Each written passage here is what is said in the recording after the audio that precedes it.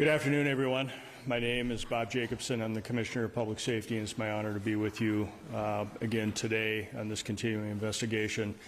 First of all, I want to thank our law enforcement partners who are continuing to investigate and search for our suspect in this case. We appreciate all the time that they're taking away, including today on Father's Day, as they're trying to, again, get to a successful conclusion.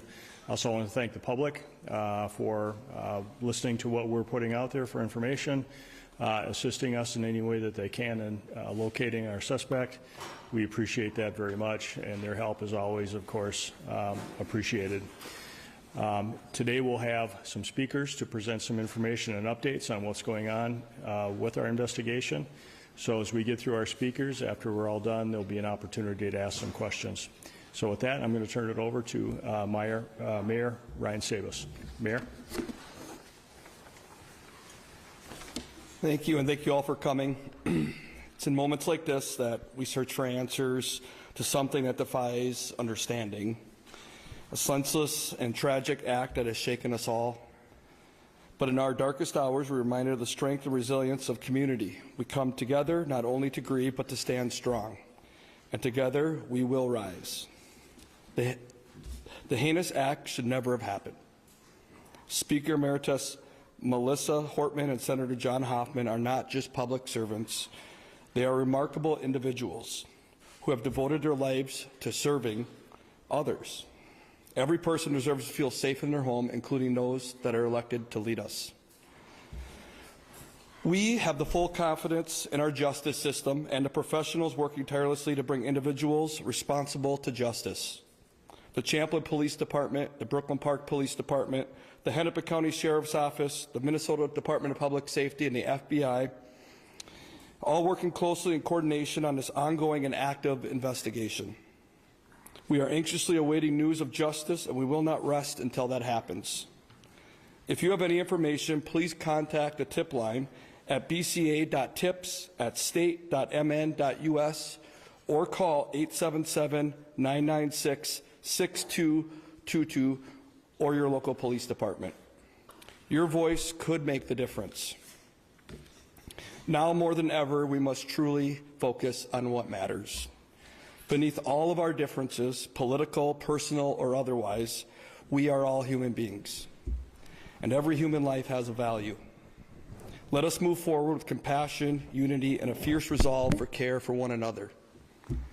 While this tragedy has deeply impacted our cities, the people of Champlin, Brooklyn Park, and the greater Minnesota community are strong.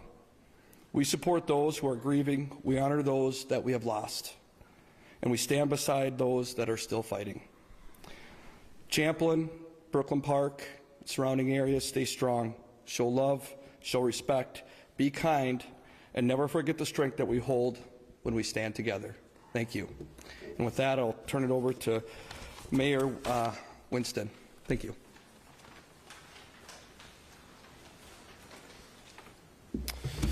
Hi, so Mayor Winston of the City of Brooklyn Park.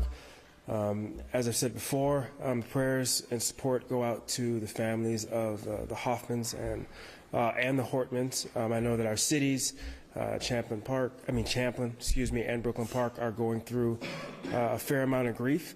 But in reality, there's no distance between Brooklyn Park and Champlin Park in terms of supporting the families. Because of this, we know that Speaker Hortman, beyond her legislative impact, has had such an impact on unifying our communities and bringing them together. And even at a personal level, she's been dedicated to helping youth when nobody was looking. And when we look at Senator Hoffman earlier today, I was at a prayer vigil for him. And we were talking about how are we going to support the family and come together. When we realized that the number of families that we're going to have to reach out to and the communities we're going to have to reach out to bring everyone together, he's just had such an outsized impact. It's going to be a fair amount of work to properly support and honor him. Because of that, We're really supporting law enforcement in this, and we want to thank law enforcement for their pursuit of justice. So when we talk about Governor Walz and Commissioner Jacobson and the resources they made available immediately to our resources at the federal level, the support that we're getting there, county, regional, local, and of course Brooklyn Park. I think the work that was done there saved a number of lives. And again, they're committed to justice. And to assist them, we're asking, I think it was said earlier, we asked folks if they have information, please reach out to a tip line. And also, please, if you're looking for information, track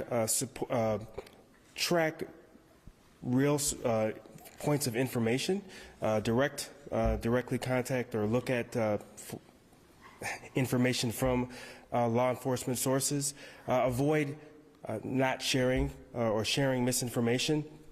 And then also, let's realize it's a time for calming words and influence. We are one community, so we very much need to come together on this and support one another. Again, there is some healing that needs to be done here, and we really want to support the families. Again, prayers go out to the families of the Hortmans and the Hoffmans. So thank you, everybody, for your support, and thank you for support not just for within Brooklyn Park or Champlin, but also thank you for support from across the country and through greater Minnesota.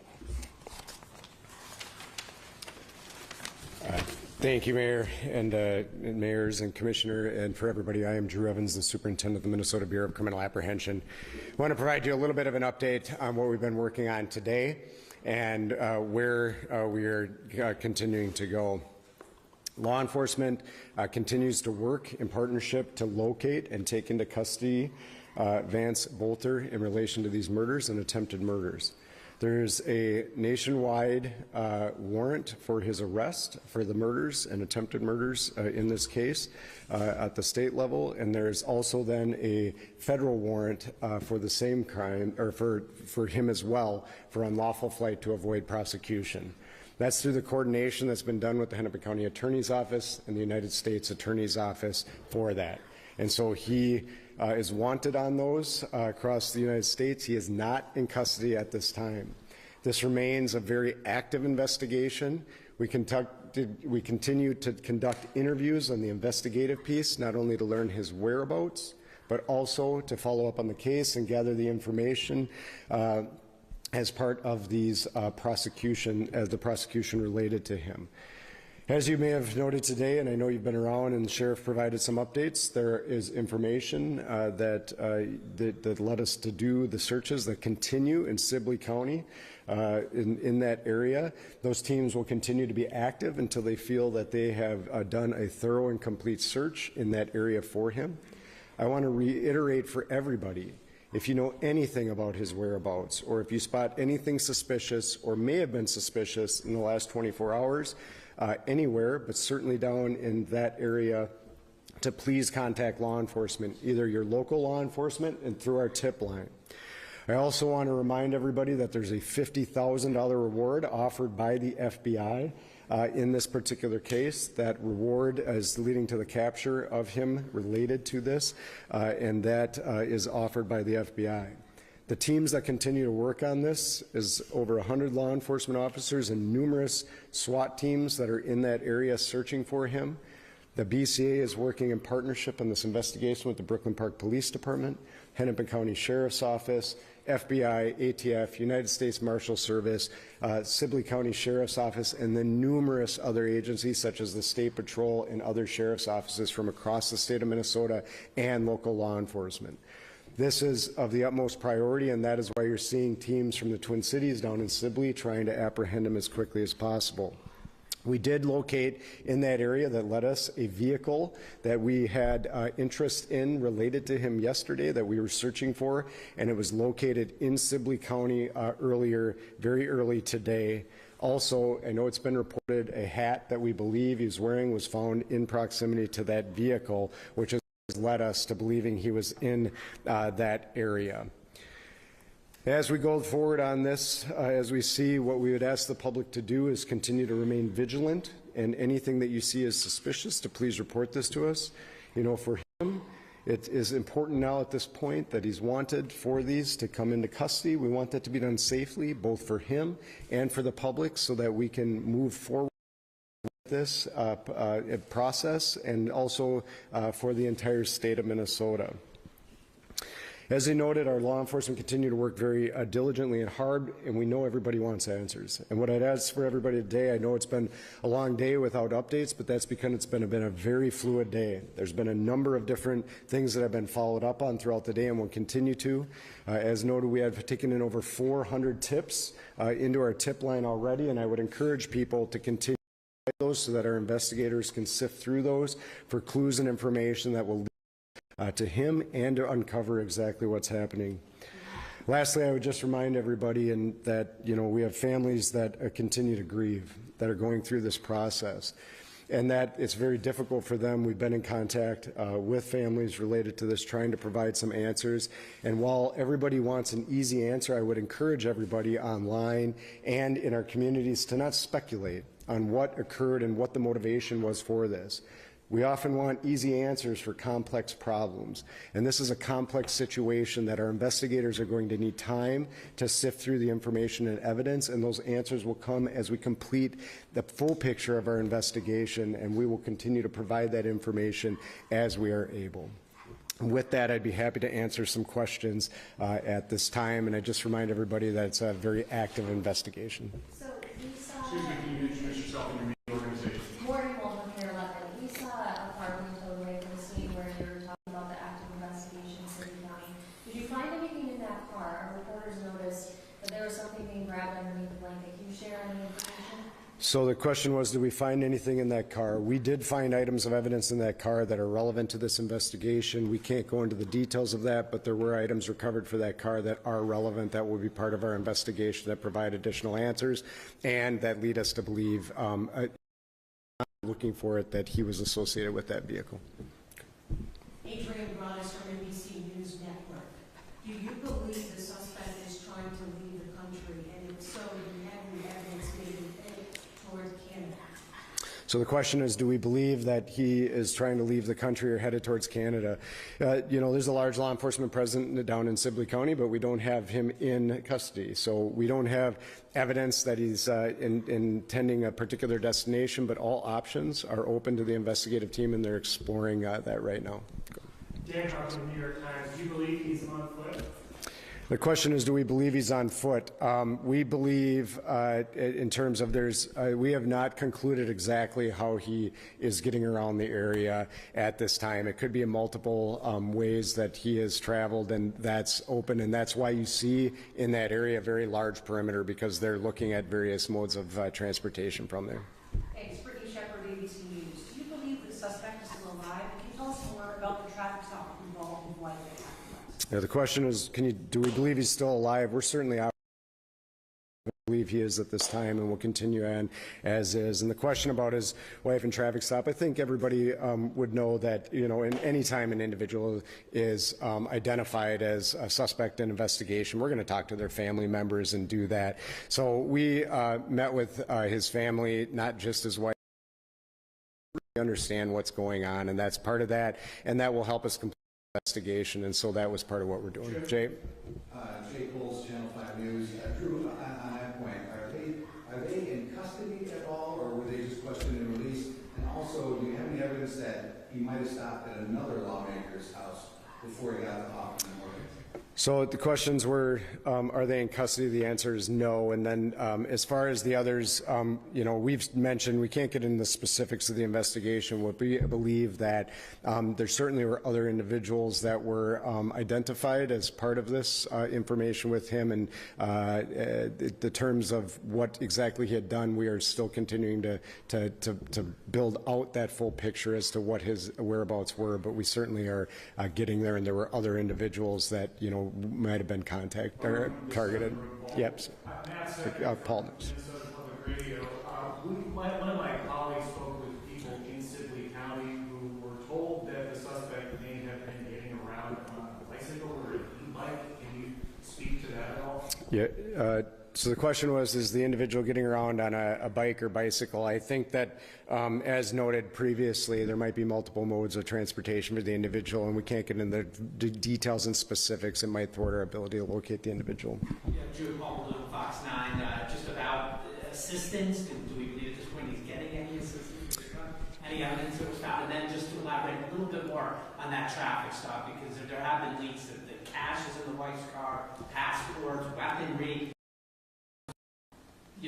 intriguing. Can you elaborate a little bit more on what was found there and why, if so, they were able to be released? Yeah, the question was why were they about the traffic stop and what were then? Can you repeat the first part of your question? And the first was just, is there any hard evidence that he's getting assistance? Oh, yeah, thank you.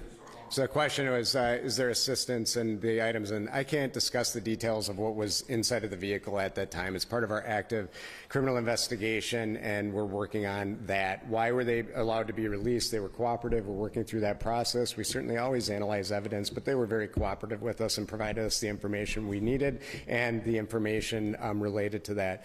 If the question about do we believe he's receiving any assistance, options are on the table. We haven't seen specific individuals doing that, but we don't know that specifically now. He's certainly been in contact with individuals. Whether or not they're providing active assistance, I can't provide that. Go ahead. Lily, I was going to ask you this. Have you found any indication of prior threats, any online activity, any communication besides the manifesto? If you wouldn't mind sharing some details of the manifesto that might help people help find them. Yeah. Thank you for the question. It was about details on what's been referred to as manifesto, and then are there online information or others or threats indicating. So far, we have not located any prior threats with this individual towards anybody on that. That will obviously be a deeper dive to really understand the motivation of this individual and whether or not that is on there and connections related to threats, whether they might be here or in different parts of the United States. In terms of what's been referred to a manifesto, I want to clarify for everybody, and just for this is not a document, because I think it's important for the public to understand, that would be like a traditional manifesto that's a treatise on all kinds of ideology and writings. This is a notebook with a lot of, that's been reported, of lawmakers and others that are listed in here, and then much more other thoughts that are throughout this, as opposed to a very succinct document that's providing long, and it's mixed in with other documents. So that's where this is coming from. I don't want the public to have the impression that there's this long manifesto that's providing all of this information and details and then associated with names. It's much more about names and then others, and we will work through. And beyond that, I cannot provide details because it's part of the active criminal investigation. I have a question. Is the shelter in place even related to this investigation? I am not familiar with that. I'd have to ask you to go to Egan. The question was a shelter in place in Egan, and I am not tracking a shelter in place in Egan right now. Was it earlier today, or is it right now?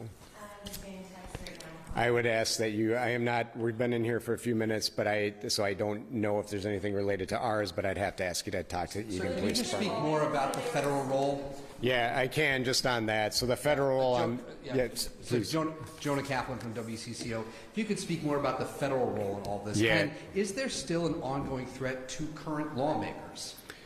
So what I would tell you in terms of the questions were ongoing threat to public lawmakers, is there one? Certainly the safety of our lawmakers and public services is utmost concern to all of us. Certainly is to the security apparatus at the Capitol that provide that for them, our Minnesota State Patrol as well, and so we continue to evaluate that. I will say that the individual that is wanted here did anything other than conduct these acts by himself. But that doesn't mean we aren't exploring more fully. If there's any other threats that might be there, we will continue to evaluate that and work together with them. In terms of the role of the federal government, they've been extremely great partners to all of us. The FBI and ATF, the United States Marshal Service, and others from the federal government are providing both investigative assistance on this case and then participating in the manhunt for the individual to locate him and take him into custody safely.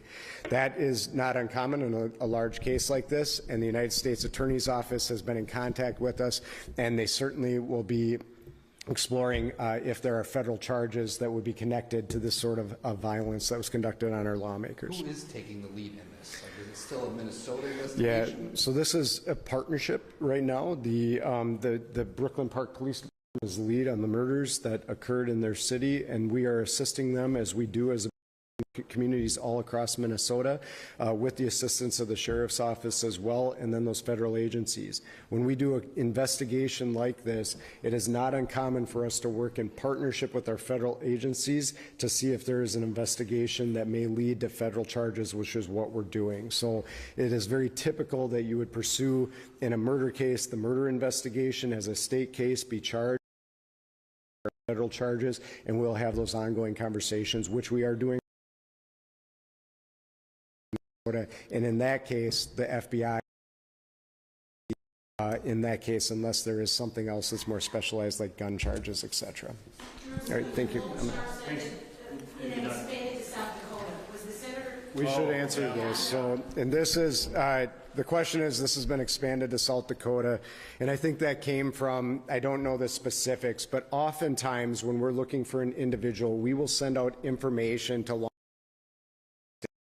Yesterday, he certainly had a lot of time to be able to cover a lot of distance once we knew that he had escaped from the crime scene. We believe that information was shared just like we would share in Minnesota if somebody was coming. This happens on a regular basis, that it was shared out for their law enforcement to be on the lookout. They call it a BOLO, to be on the lookout for the individual, and we believe it was there. We were never tracking and believing the individual went to South Dakota as an investigative team. Thank you. Thank you all. Thank you. Thank you. Happy Father's Day to all the dads. Thank you, everyone.